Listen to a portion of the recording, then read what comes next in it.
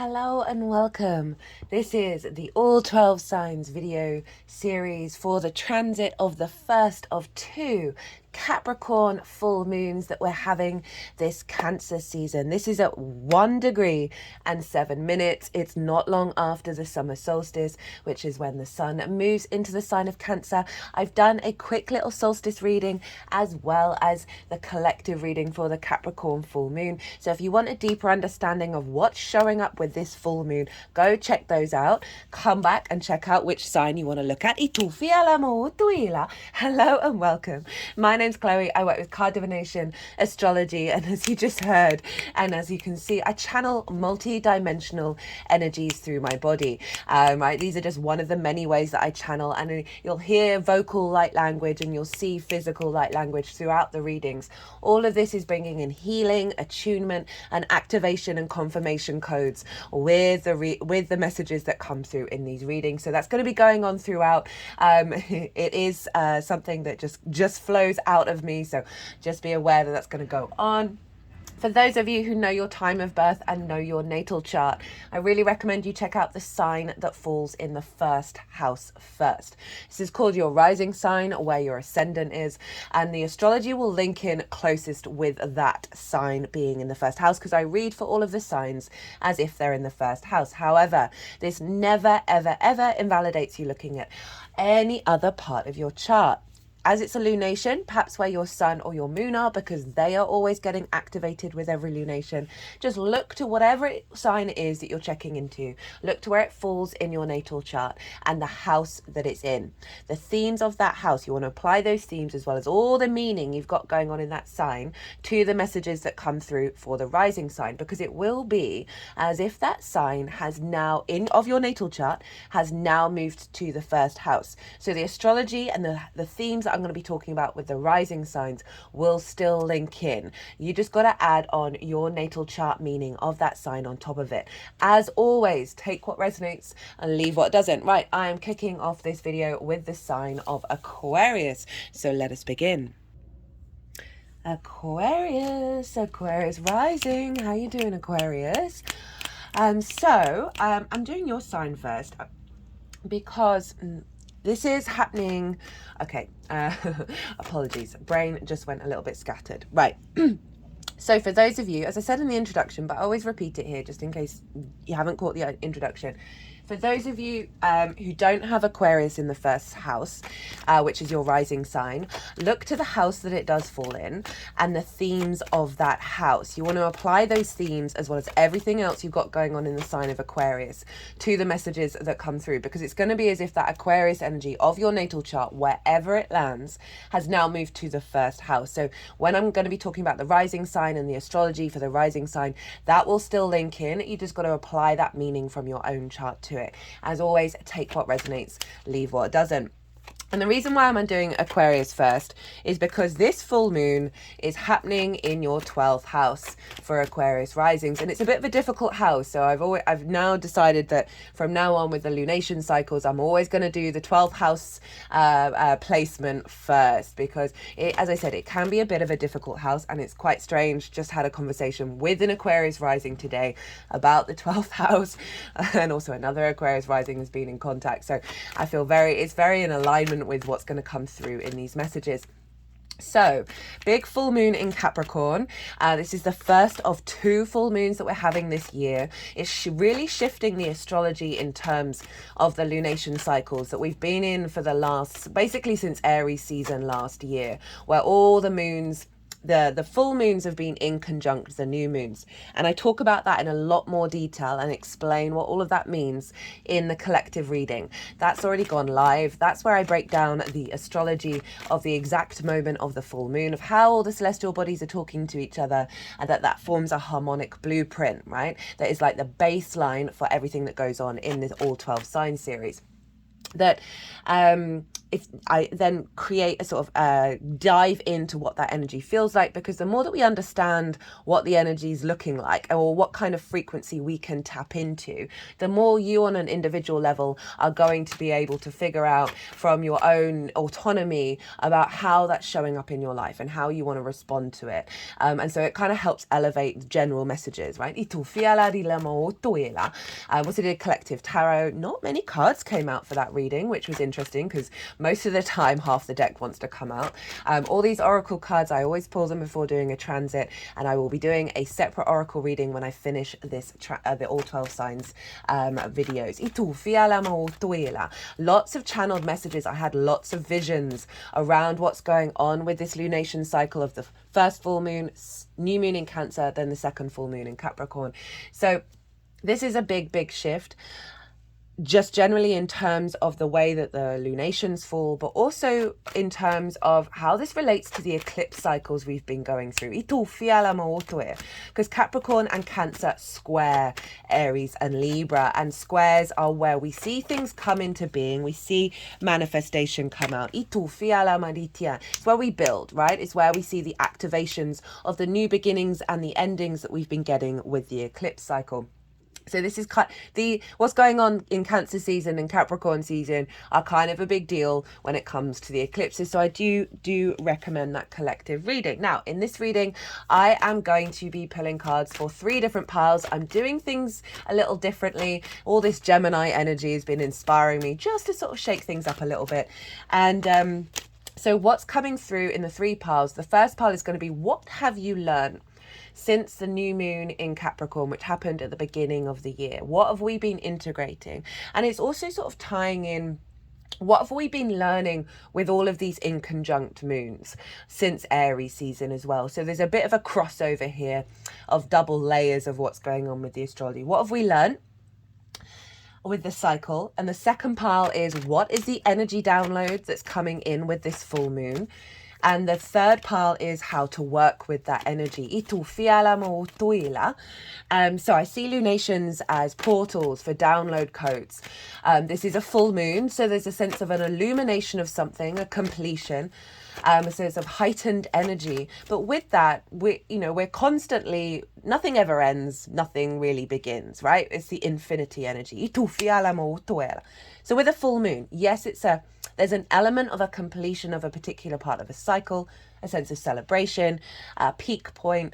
But with that, we then get a download that will then unfold, that will then integrate. Now, this download, it's a bit of a mix. I'm getting mixed messages with this download.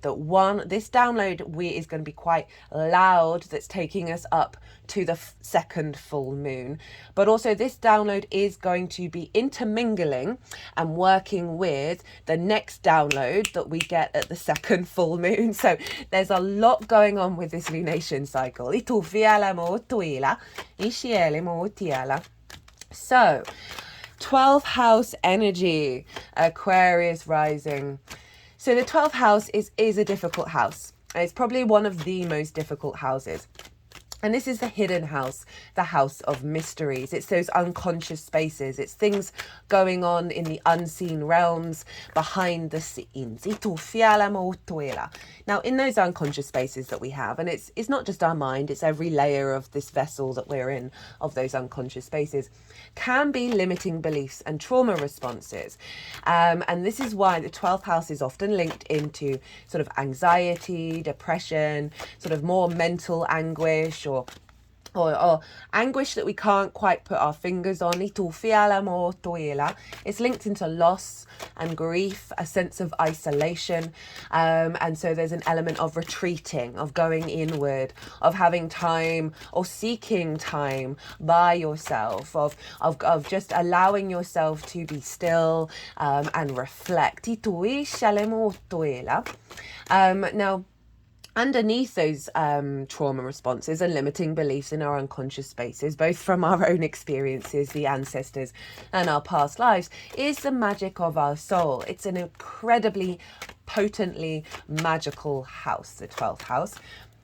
And so with full moons here, we really get, it can be a mixed bag. It can be all of these things. It can be an elevation and an illumination around the work that you've been doing in regards to your mental health, in regards to sort of stuck emotional energy in those unconscious spaces of the things that just have, there's an element of what goes on in the 12th can mean that we can feel quite hidden out in the world. I always say with clients and with people I'm just talking to about astrology, if they know their chart, do work on the 12th, right? Try and integrate it, because it can feel very personal to you, but also very hidden from everything else, from the rest of your chart, that you can't quite integrate it. You can't quite bring it into the foreground. For example, I have Cancer in the 12th. My emotions are very private. I don't often let my emotions out, but they are very powerful and they're very deep, and they feel very separate from myself, but also deeply mine.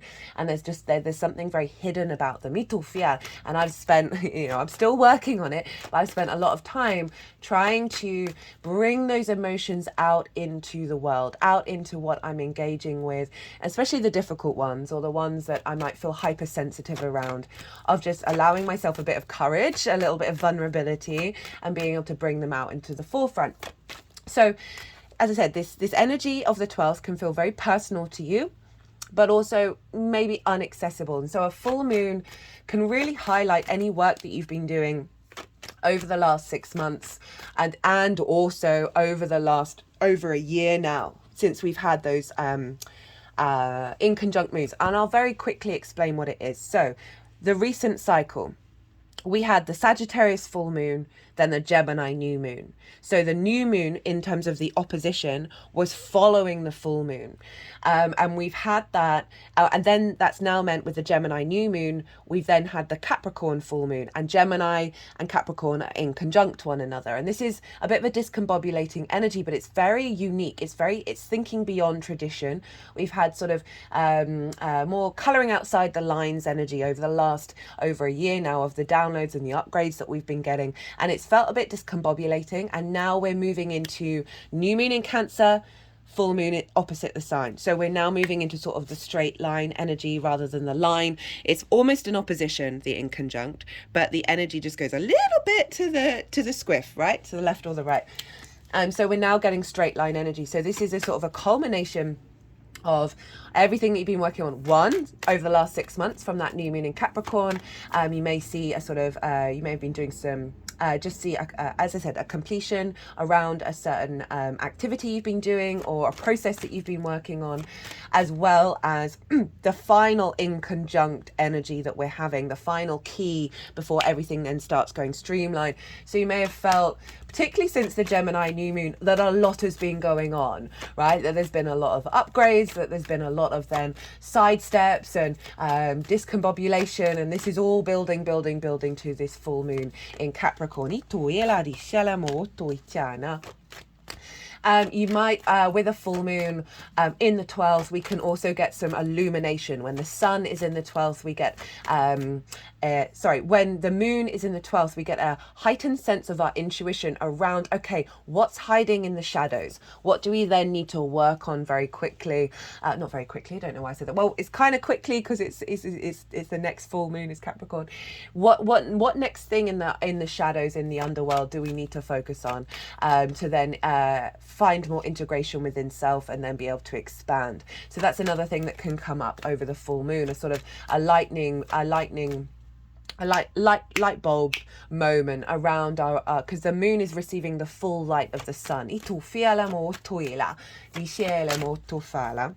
Speaking of a lightning bolt moment, hello Ace of Swords, that is receiving the full light of the sun, and the sun is over in the sign of Cancer, and that for you is in your 6th house of basically the adult in the room. It's work, it's how you work, it's your physical health rather than the sort of the non-physical, but we all know that they're interlinked. It's routines, it's also co-workers and pets.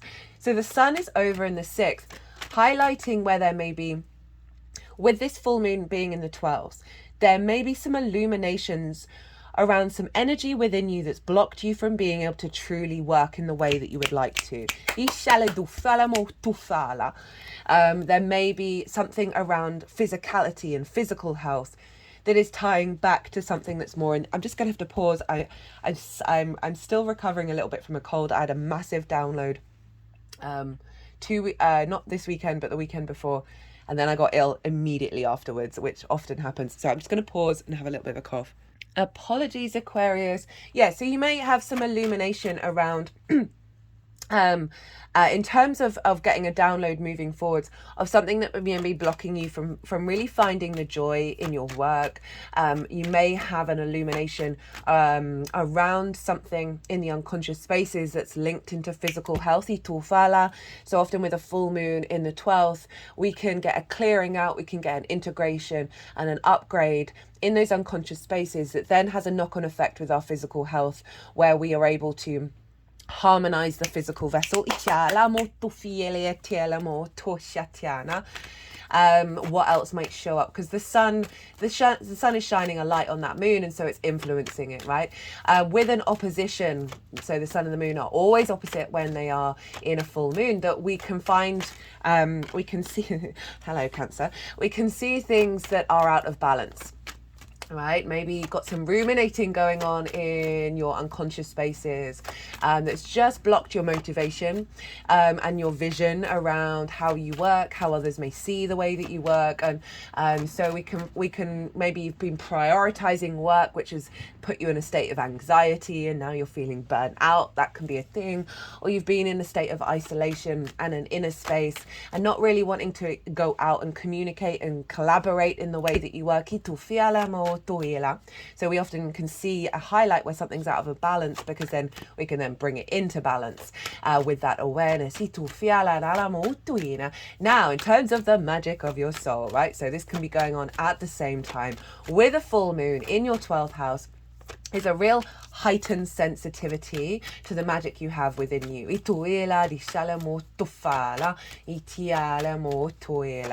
a real heightened nourishment around that if you tie it in with, if you've got other things showing up in terms of, oh, there's a little bit of a trauma response here or a limiting belief here, that upgrade in terms of the magic of your soul, in terms of how your soul's energy is going to be able to infuse into your intuition, right? The moon represents our emotional body, our intuition, our needs, and whether they are being met or not by ourselves or the external world. How do we nourish ourselves? How do we nourish others? That with a 12th house moon, full moon, we can really get a boost here around our capacity to engage in the themes of the moon. And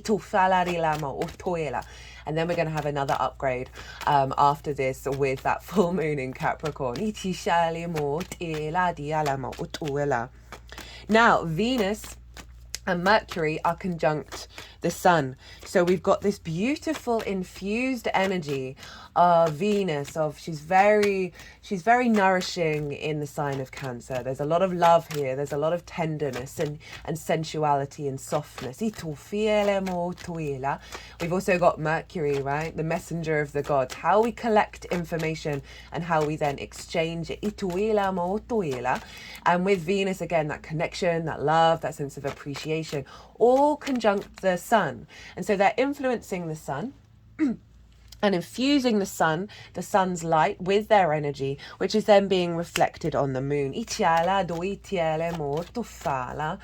And so we've got this beautiful softness with the sun and Mercury and Venus of you finding a heightened intuition around how your needs are met around the way that you work, of wanting to be a little bit more tender and a little bit more caring, both to your physical vessel, to your understanding of the way that you work. I talked a lot in the collective reading that it's maybe not for everybody, but there's a energetic field in the collective where we're genuinely just not forgiving ourselves in certain aspects of self, whether it's old versions of self, past life energy. There's just something there that's kind of stuck in the underbelly that's being released with this full moon, of allowing us to step into that space of forgiveness and then being able to move on, right? Because the moon's in Capricorn.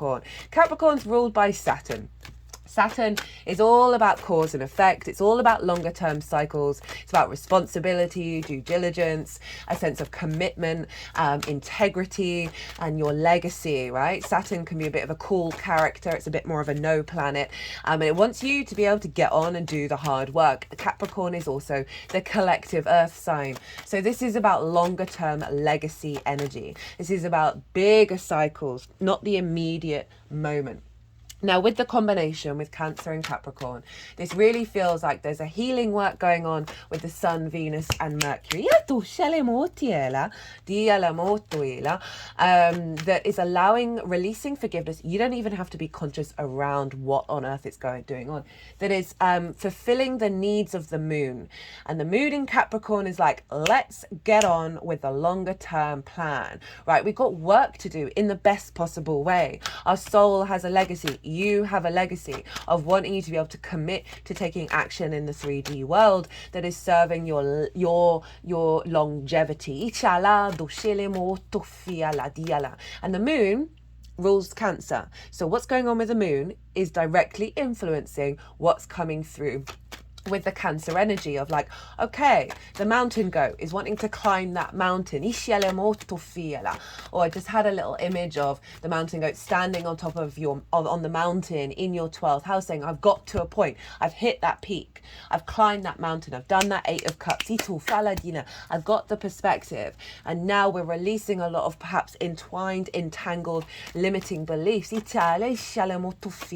you to step up and be the adult in the room, to tend to your heart space in the way of care and love around the way that you embody the work, the way that you figure things out, that is then going to be really harnessed around your intuition,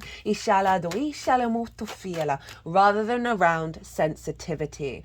Now, I say that really lightly. Sensitivity is a very powerful part of our existence, but sometimes we can be trigger sensitive. We can keep expecting the same cycles to keep coming around, and we can be very heightened, like that sort of that hair wire. What's that hair trigger? I don't know what that phrase is. But just like something that's so easy to just I feel like with the support, with the sort of the strength of character of Saturn, right? Saturn's quite a big boss energy feeding into this moon, that it's not about diminishing our sensitivity, but our intuition coming through that's allowing us to see the real picture, see the cause and effect, and understand the consequences, and not be fixating on illusion. Now, Saturn, by rulership, is influencing the moon, and so wherever Saturn is flavoring what's going on with this full moon. And Saturn's over in Pisces, has been for quite some time now, is about to go retrograde, will go retrograde in between these two moons, so that's a big deal, but currently is going direct. And so there's a Saturn over in Pisces, and Pisces for you is in your it's in your second house. Sorry, my brain just froze for a second.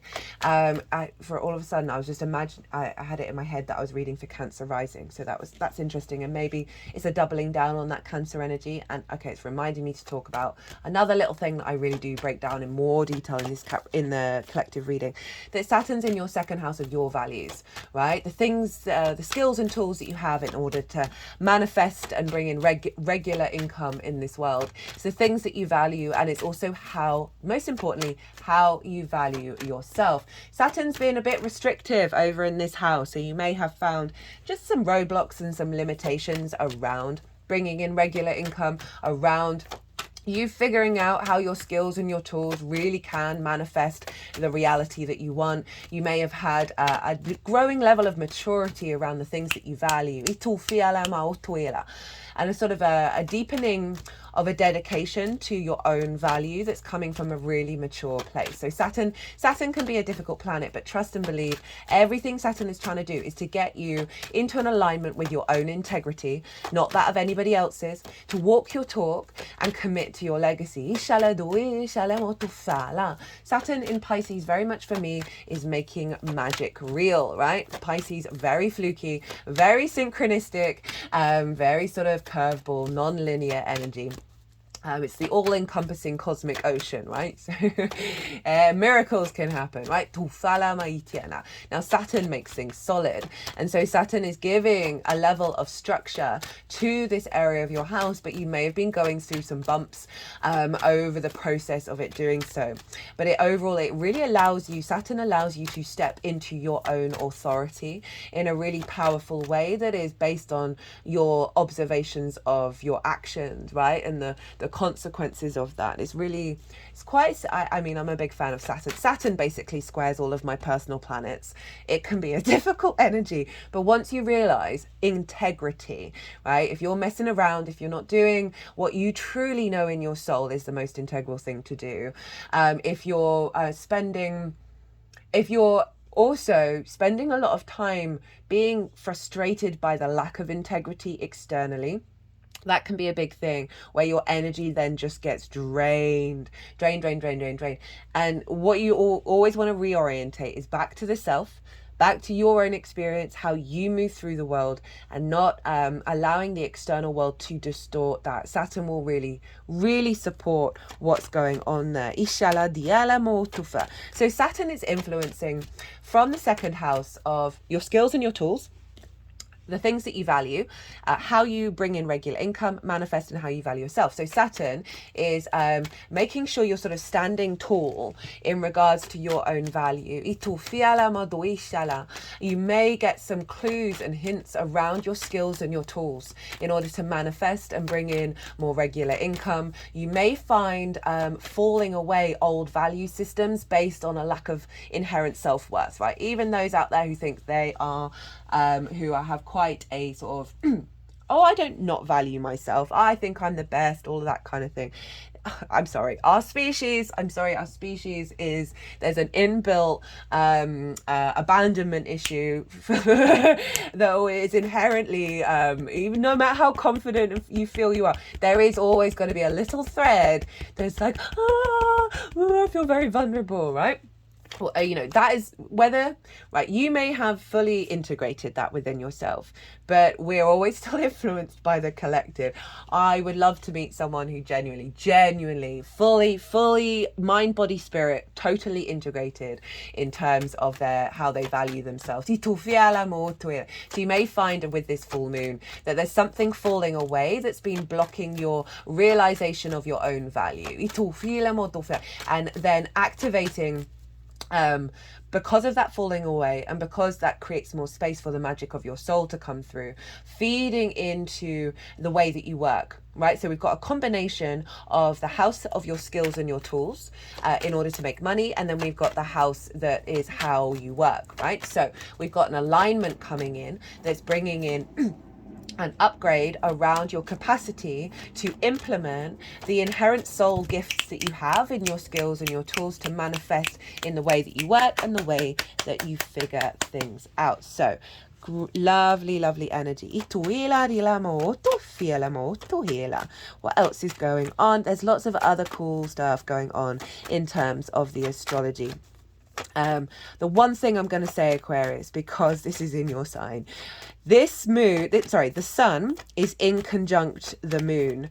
No. The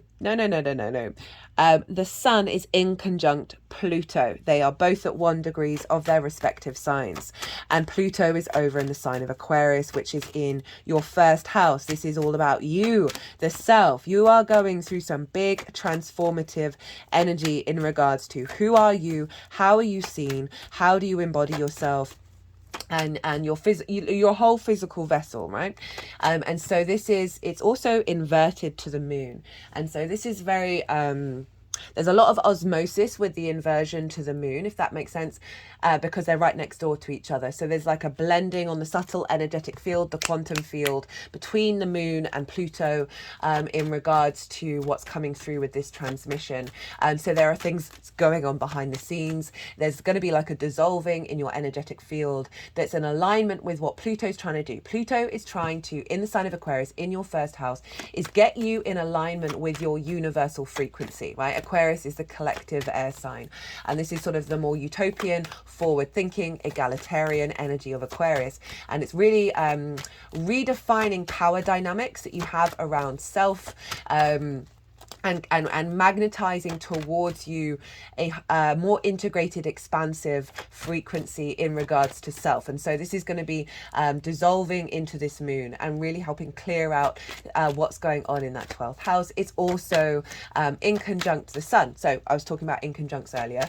In conjuncts, this is when we're dealing with 6 different energies that are trying to work together that traditionally don't have the 3 main things in common. The baseline is the yin yang, the night and day energy. Then we have the elements, then we have the modalities.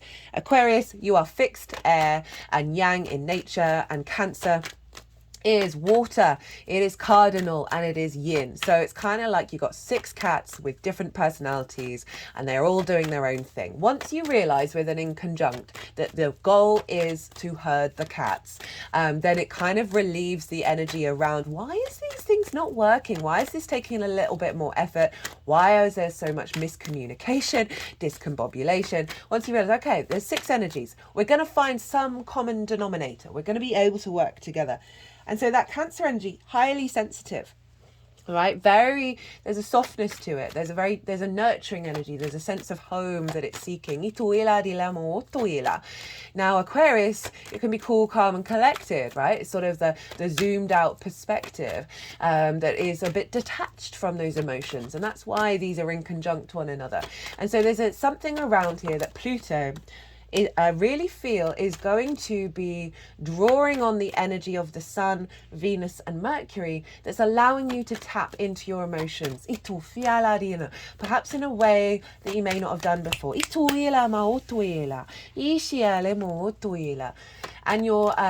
if we put it onto the 6th house energy of your capacity to embody your work in a very intuitive way and find more alignment and find more nourishment from it.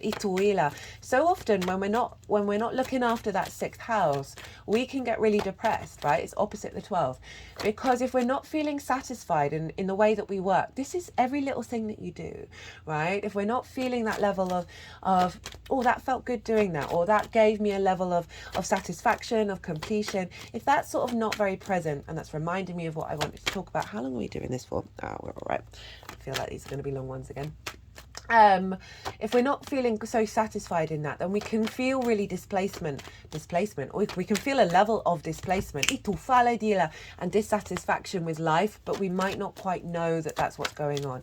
So I feel like Pluto is really bringing in that in conjunct frequency, right? So it's not a traditional aspect, it's going beyond tradition, it's going beyond the old ways of doing things. It's bringing in the final in conjunct in regards to this moon that's going to be allowing you to access a pathway that perhaps may have felt out of reach. That's helping you take you to the next level of development. So I was talking about the eclipse cycle. I break this down in way more detail. 1 in the nodal transit series with Aries and Libra in its own playlist, still live. It's for the whole nodal transit. And 2 in the collective reading for the Capricorn moon. That what's going on with Cancer and Capricorn with this nodal cycle is really significant because they square the nodes. And a square is an aspect of Mars. And so when we're having transits in Cancer and Capricorn, and if you've got things in Cancer and Capricorn, they're getting a bashing at the moment in regards to the eclipse cycles. Because squares are ruled by Mars, can bring up conflict, drama and frustration, but it's also where we see things manifest, where we see things build, and we see things come into the 3D world. And this is because eclipses mark big new beginnings, big endings. And now with the squares, this is when we're seeing those cycles get manifest in the 3D. Now the Cancer side of it is inherently the South Node energy. It's the big release. It's the falling away. It's the draining. It's also incredibly esoteric. It's a very yin inner energy. So across the board, since last year, I think it was the 18th of July, when the nodes changed signs, that Cancer energy may have felt a bit frustrating. You may have felt a drain there of things in work not quite working out, not manifesting in the way that you like. You might have had some physical accidents. You might have found some difficulties, or just not feeling connected to co-workers.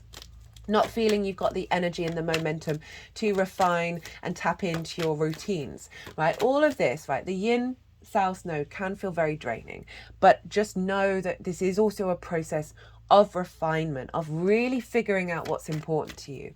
Now, Capricorn, that's the north node energy. That's the height, the peak, where we're building, where we're headed, what we're striving for, what we're hungry for.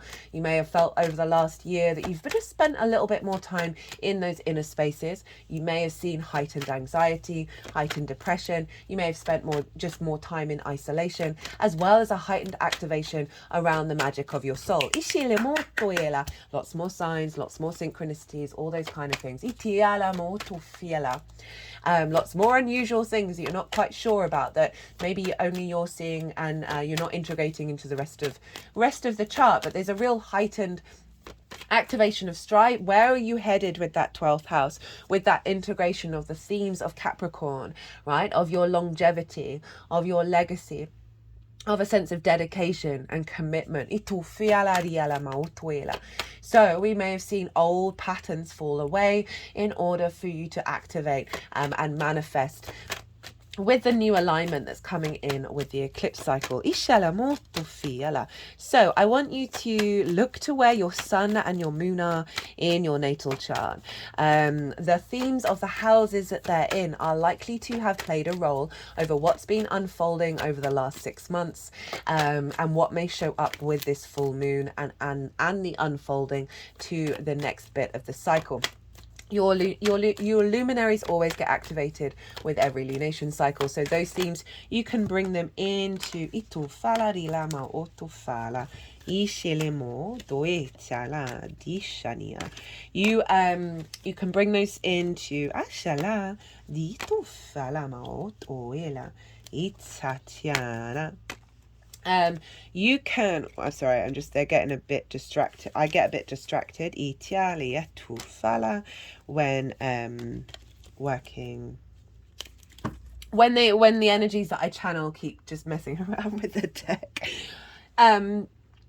Yeah, you can use that with manifestation work and intentions of like, okay, so these are the themes. How do I then integrate that into everything else? Okay, deck's gone down, all the cards are out. I'm going to go consciously quiet now. The energies that I work with, they're going to move through me. They're going to move the cards around. They're going to do some energy work, some channeling, and then they're going to put the cards into the 3 piles. I'm going to soften my mind. I call you to do so. You just had loads of information. Let that all settle and then see what comes out in your unconscious responses, right? Your intuition. See what comes up with that in regards to what's been going on with you. And remember, we've got that High Priestess come out as the first card, right? That's pretty powerful in regards to a 12th house energy. So we have, what have you learned? What have you learned from the last cycle? What's the download and how to work with that download? Itiala moto itialia di tiani moto ela di shalama itila moto fanimati di shalama oto ela di shalama oto itachatinima to ela ishianima iala oshenima titiana Titiana, ufalama Titiana, diala,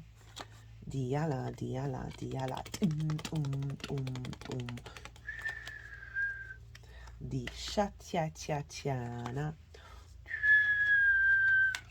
and the moon as well. Itiala ma otufit inamanida matishania ma otufala. Itiala moto iale, itiali ma ofala, ishali moto fala, Diala, diala, diala. Oh, shalemoto faishani. Itiana, itiana, itiana.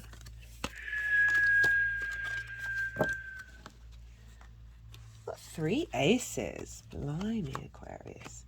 Tia, tia, tia, tia, tia. Dialiana. Duela, diala, diala, dish. Okay, so we've got that 3 of Swords at the bottom of the deck, in reverse. So there is an element of release of old patterns, old wounds, old thought processes, things that have sort of the mental mind that creates limitations in the heart space of really allowing your heart frequency, your heart energy to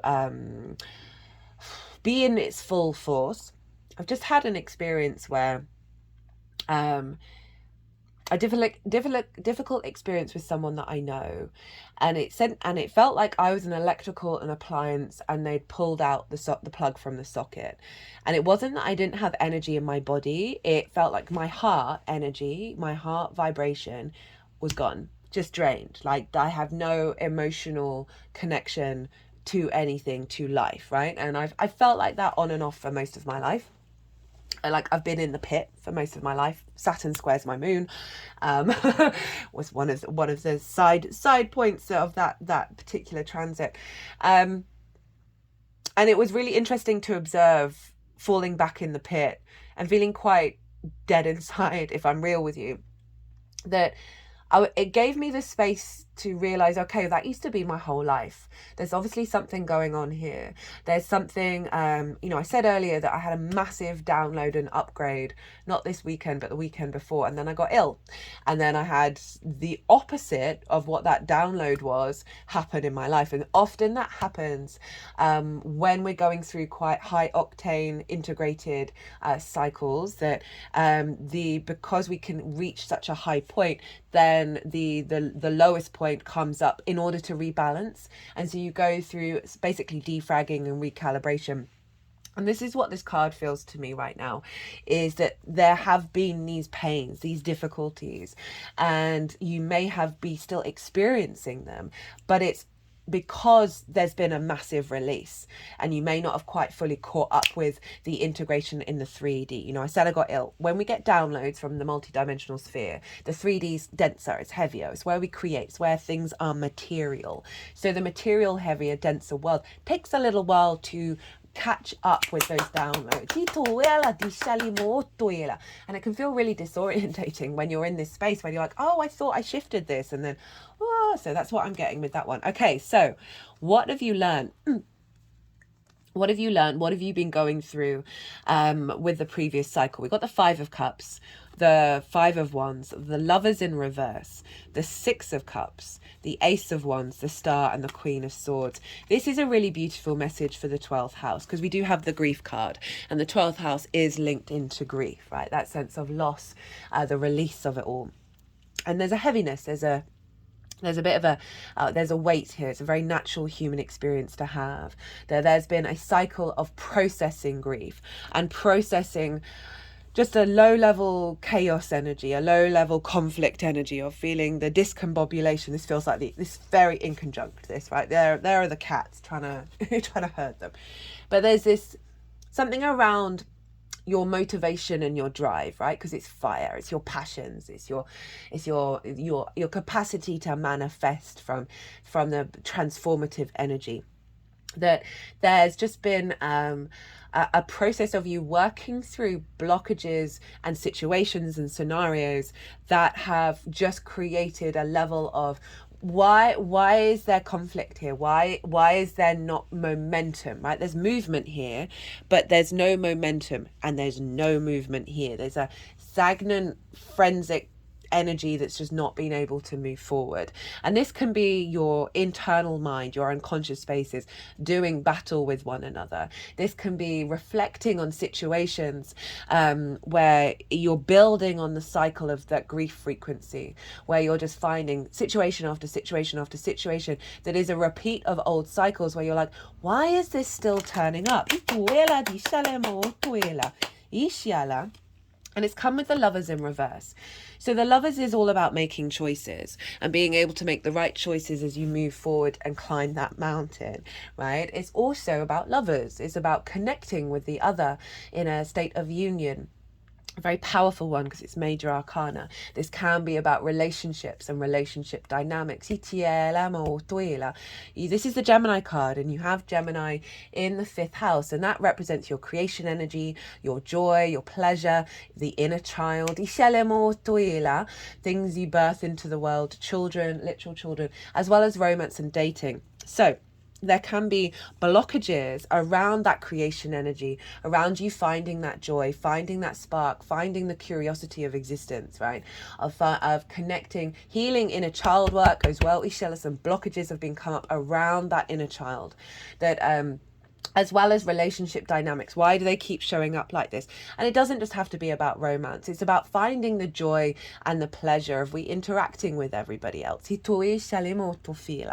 something around the cycle that you've just gone on that's been highlighting those blockages, highlighting that sense of restriction. Then we've got the 6 of Cups. I mean, I love this spread. This spread's really beautiful. 6 of Cups, this is about making peace with this. It doesn't matter what's gone on in the past. And this is so hard for us to do, because when the situations that repeat themselves, that show up, they piggyback on every other situation. They've just put a finger on the third eye. So getting like a higher inner perspective coming through. They're putting it on the third eye of this figure. So this card is all about being able to, this follows the 5 of Cups, it's all about being able to see and make peace with all that has come before. You see in these cups, there are flowers growing out of it, and they are being offered this. So there is a sense of, this can either be a version of you from the past, you reflecting on the past, soul, family, whatever it is, but you've been given a gift over this cycle of allowing your emotional body to see that abundance comes from that grief. Abundance comes from those difficult situations. You're seeing that, okay, everything's led up to this point.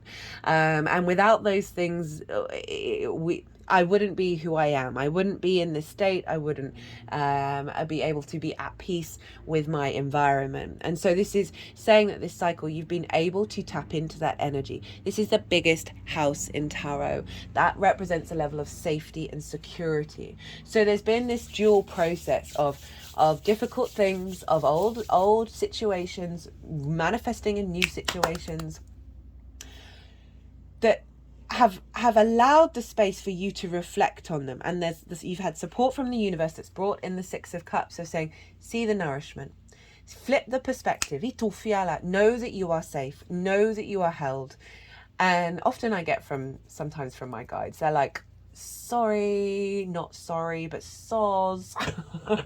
Because they can appreciate, right? We live in this strange paradigm where trauma and conflict helps us evolve, and that's just where we're at right now. Okay, it's just Ace of Wands, the Star, and the Queen of Swords. This is brought through a new sense of your spark of vitality, right? We're not the 5 of Wands anymore. Because of this, you cleared some space that's allowed this new beginning that's building, and it's going to expand, of your virility, of your passion, your drive, your sense of command within that 12th house. It's like you set a match to things. They're just sort of clicking around the head, and around the body.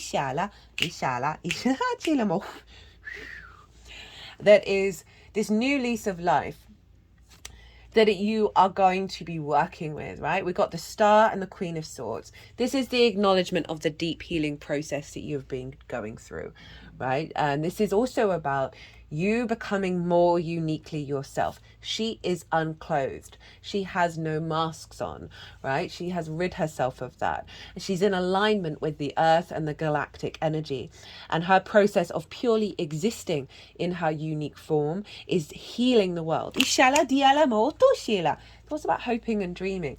So there's a combination of that magic of your soul that's combining through a deep healing process that is allowing you to hope and dream in a more unique space. That you can, even though these situations are showing up in your life, like you know what's round the corner, even if it might have been frustrating. Because we've then got the Queen of Swords. Now the Queen of Swords, very yin energy queens. They observe, right? They cultivate their element. They cultivate the sword. And they bring depth and nourishment and observation and strategy to how things are going to move forward. The Sword Court cards, they all have birds on them. She has one, and it's on her crown chakra. So this is highlighting the deep crown chakra illumination that you've had about all of this, right? Your head is above the clouds. You are open to receive.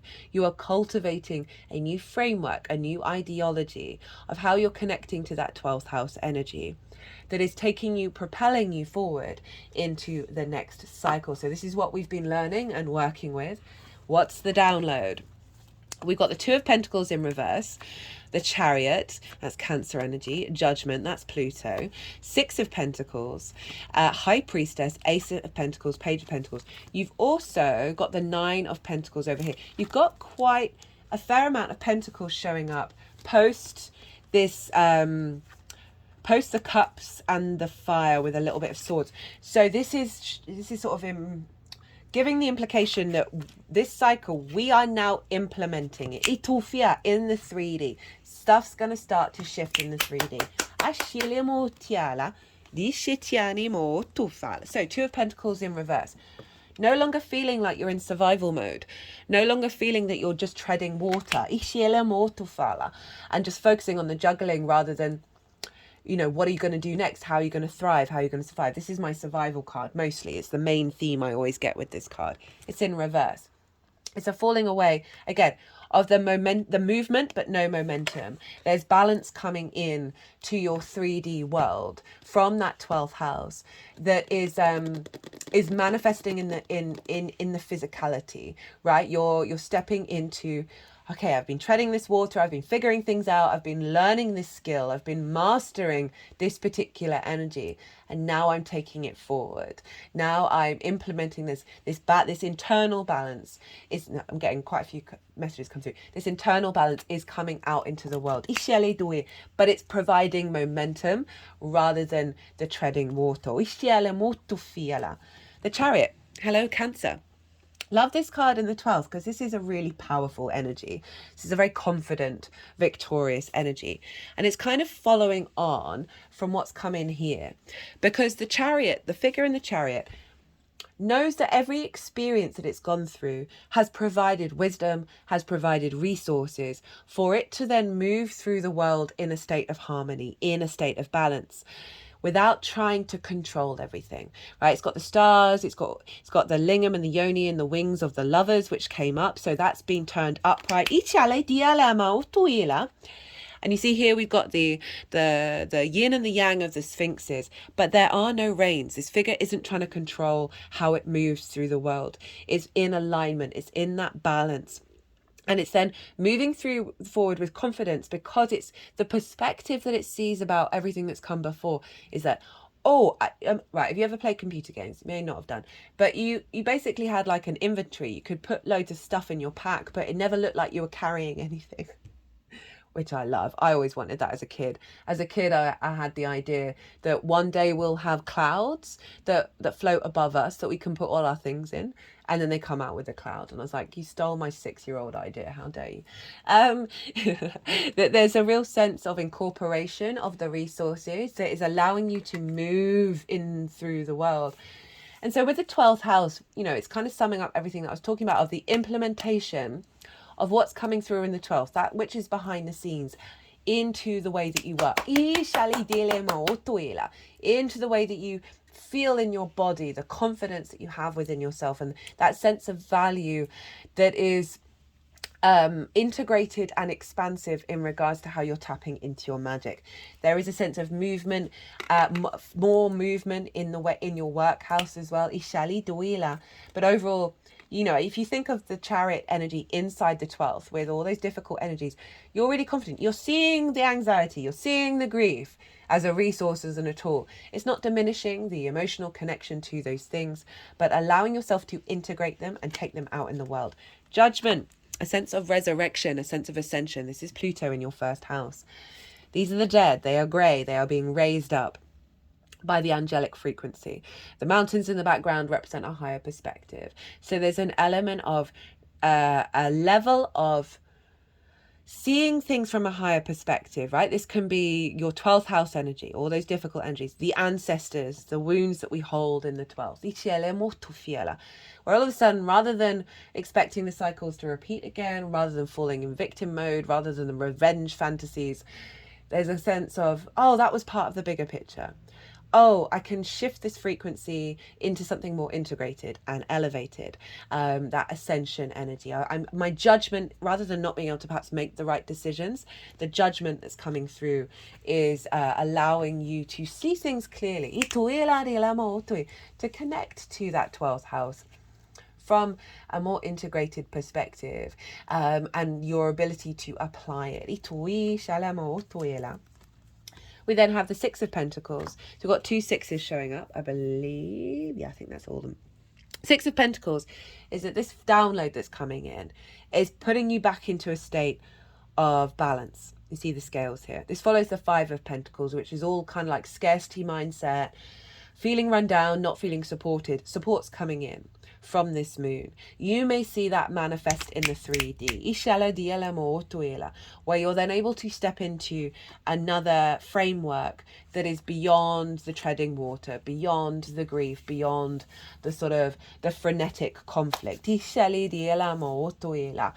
And overall, that balance in the 12th, that's really great energy, as well as the balance between the 12th and the 6th. Hello, the High Priestess. This is the Moon's card. And this is your higher self manifest, basically. So our higher selves, they draw towards us situations that serve our soul's evolution. The good, the bad, and the ugly, and the beautiful.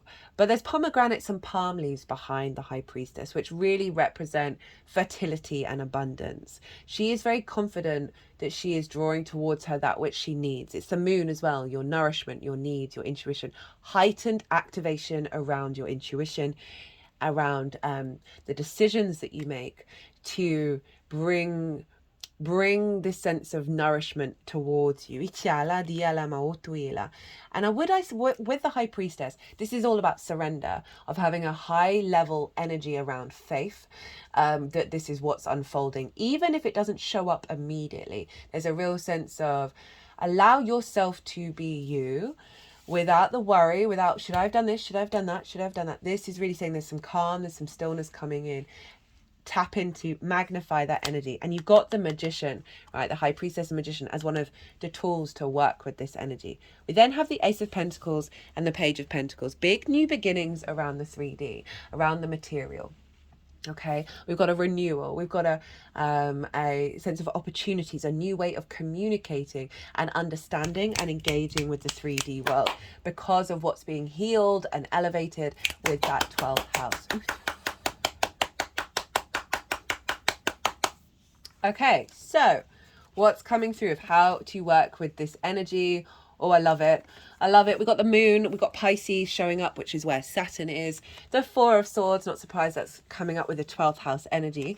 Ace of Swords, there was that, what was that? Was it the light bulb moment, or the lightning strike?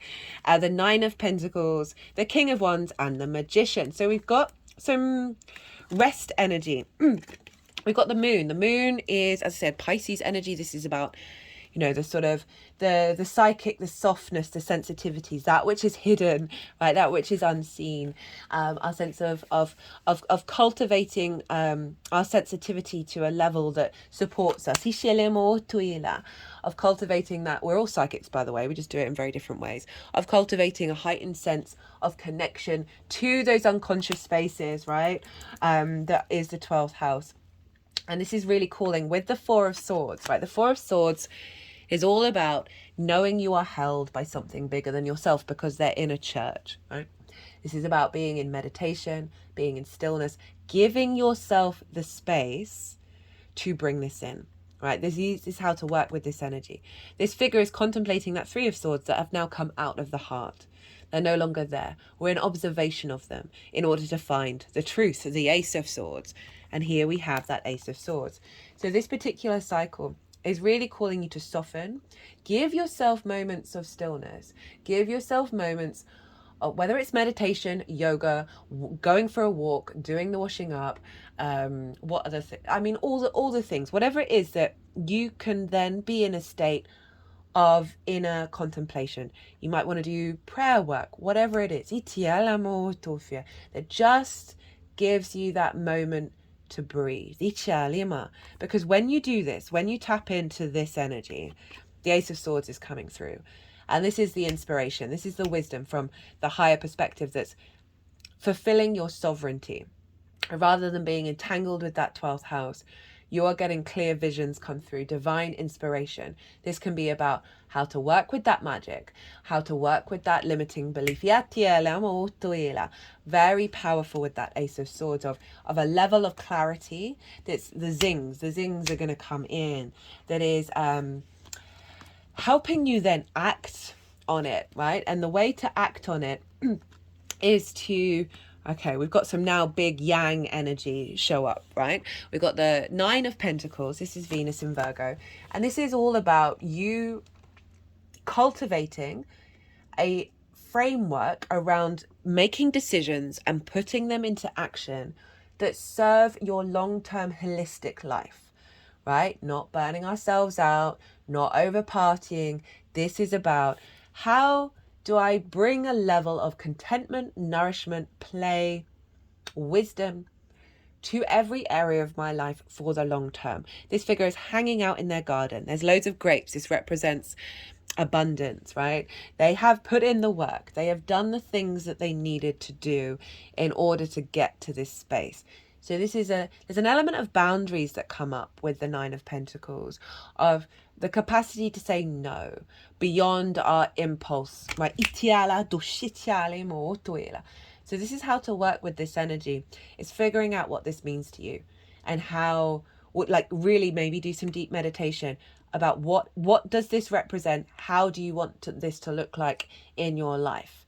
And then working with the 12th and the 7th, no, 12th, 7th, what's going on in the 7th? Leo. That might be relevant to some of you with that Lovers card of a relationship that you want to work, that's commitment. Also might be a business partner, the 7th house. But that the 6th and the 12th, how do I get this to work? How do I become in alignment with my unconscious spaces? That's then going to manifest in the 3D world. What does this look like to you? And then again, the boundaries of saying no to certain things, of saying, okay, no, I'm in a cycle right now where I'm prioritizing cultivating a sense of abundance, cultivating a sense of holistic energy. And so this is what you've got to work with that, right? You've got this support energy coming in. So tap into that. Find the opportunities to see what this means for you, to then implement this elevation of your the good judgment and the ease of your intuition activating in the 3D world. Maybe observe your intuition, maybe play around and see what your intuition is telling you, and see what happens without any expectations and assumptions. And then you can perhaps see what's blocking this and what's amplifying it. We got that King of Wands. Hello, big fire energy. This might be related into what I was saying when I missaid the 7th house, which is Leo, fire energy. There's how to activate this is, remember you got that Ace of You've got that Ace of Wands here that's bringing this all in. And the King of Wands is saying, hey, maybe take some action on it. Maybe see what your... So I was talking about the intuition there, because we've got all the intuition here. Our instincts are it's not necessarily a feeling. It's not really an emotional response. It's like, what am I compelled to do right now? This is also saying, step into your authority and your maturity about how you perceive and take action from an instinctive place. You know, the kings are very sovereign in their nature. So this is calling you to find that adult in the room, right? Saturn's a very mature energy as well, because it's going to serve you. It's really going to serve. It's not about not having play. It's not about not having fun. But there's something around of like, okay, I need to step up to the plate right now for myself, for my full soul integration.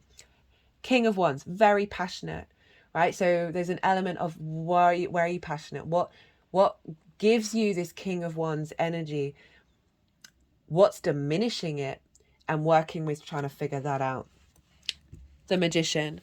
Hello, Mercury. Play around. This is kind of like the Chariot. So the Magician is able to utilize the resources around it. It understands, oh, a little pinch here of this energy, a little bit of this, a little sprinkling of sugar, and kapow, I've manifested something. So there's an element of play, there's an element of performance, an element of messing around, practicing. But essentially there's a confidence here of you have the capacity to bring things into manifestation. It's not going to be the repeat cycles. This feels very fresh, this energy. It might be suggesting, hey, go do some rituals, go do some weird magic stuff. 12th house, very, very, very magical. Go explore, create space for the Magician to come through, for the magic, for the miracles, for... Okay, what I'm feeling with all of this is there's something around the winks that you're getting from the universe that they're asking you, and not in a pressurized way, they're asking you to play around with those synchronicities, see what they're trying to tell you in regards to this energy. I'm feeling this energy quite strongly, that it's also like really be playful and curious about it all, because the Magician rules, this is Mercury, rules Gemini.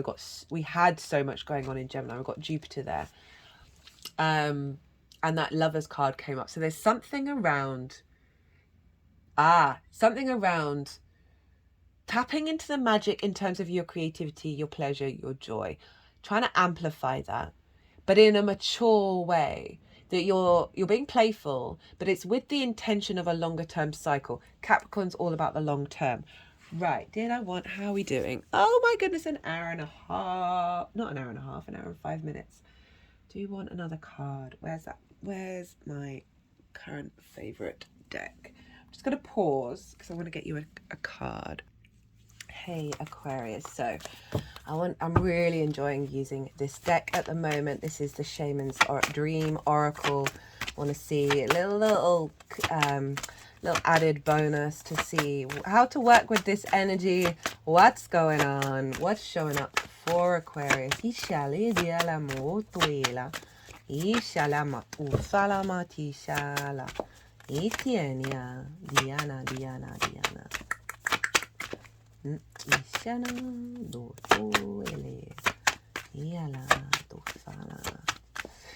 you're gonna have another full moon here, so there's a lot going on that's being illuminated around all of those themes, and it can feel really overwhelming.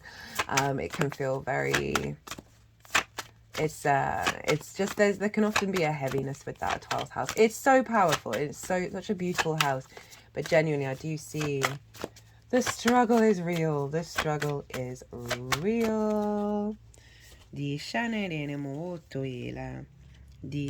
Okay, we have Eye of the Needle. Intentionality. 17.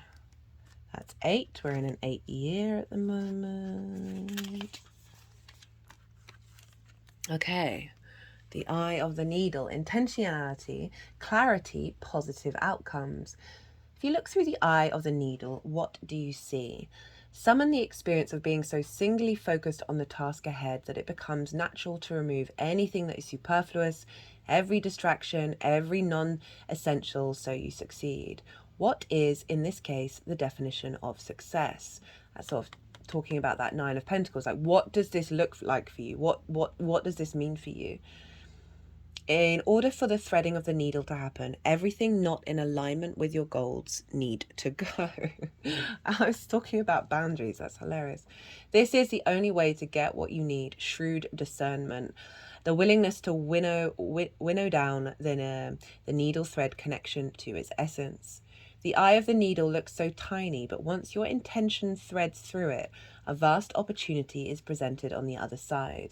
The needle can mend, can sew things together, so make something meaningful and new. You're experiencing success right now. Stay true to your desires, to the work you need to accomplish, so you are laser focused on the experience of creating and manifesting.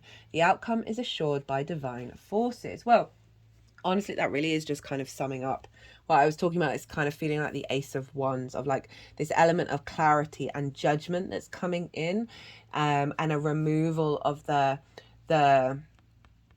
what was it, the movement without momentum. Like, momentum is coming through, and this is a great time to work on it.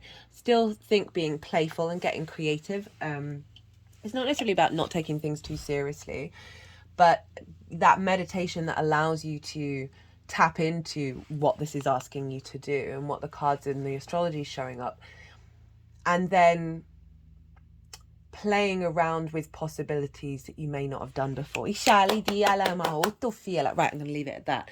Aquarius, I hope you enjoyed this reading. I hope it resonated.